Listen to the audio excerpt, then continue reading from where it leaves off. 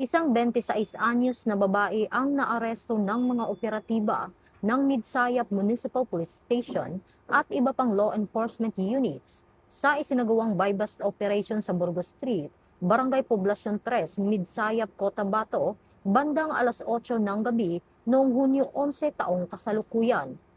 Kinilala ang sospek na si alias Tomboy, may asawa at residente ng nasabing lugar.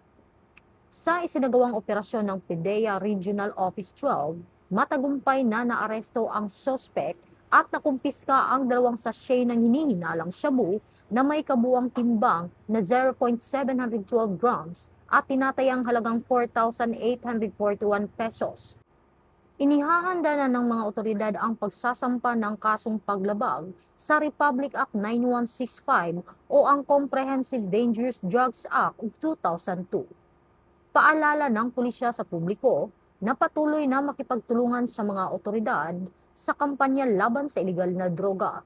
Agad na iulat ang anumang kahina-hinalang aktibidad sa inyong lugar upang mapanatili ang kapayapaan, kaayusan at kaligtasan ng komunidad, alinsunod sa advokasya ng bagong PNP para sa bagong Pilipinas. Serbisyong mabilis, tapat at nararamdaman. Mula dito sa Campo Crame, ako ang inyong PNN correspondent, Patrolwoman Resalie Umalay, nagbabalita para sa Police News Network, alagad ng batas, tagataguyod ng balitang pulis.